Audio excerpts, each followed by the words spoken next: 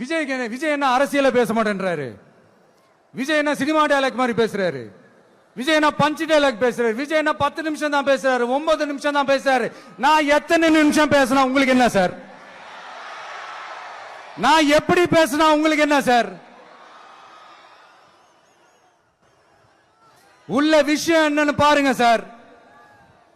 ஒவ்வொரு மாவட்டத்துக்கும் போய் மக்கள் ஃபேஸ் பண்ற பிரச்சனைகளை எடுத்து பேசிட்டு இருக்கிறேன். பின்ன அது அரசியல் இல்லாம வேற எதுதான் அரசியல்? உங்களை மாதிரி தனிப்பட்ட முறையில தரக்குறைவா அசிங்கமா பேசுறதுதான் அரசியல்னா அந்த அரசியல் நமக்கு வராது. வராதுன்னா நல்லாவே வரும்.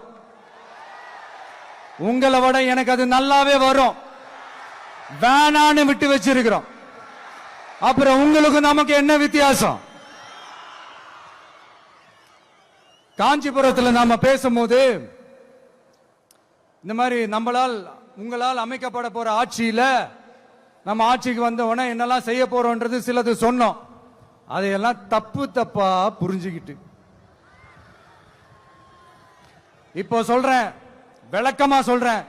நான் சலுகைகளுக்கு எதிரானவன் கிடையாது.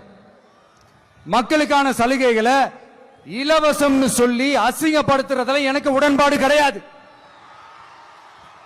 மக்கள் காசுல மக்களுக்கு செய்யறதை எப்படி இலவசம்னு சொல்லுவீங்க? அப்படியே செஞ்சிட்டாலும் ஓசில போறேன்னு சொல்லி அசிங்கப்படுத்துறீங்க. என்ன கேட்கறதுக்கு ஆள் இல்லைன்னு நினைச்சீங்களா?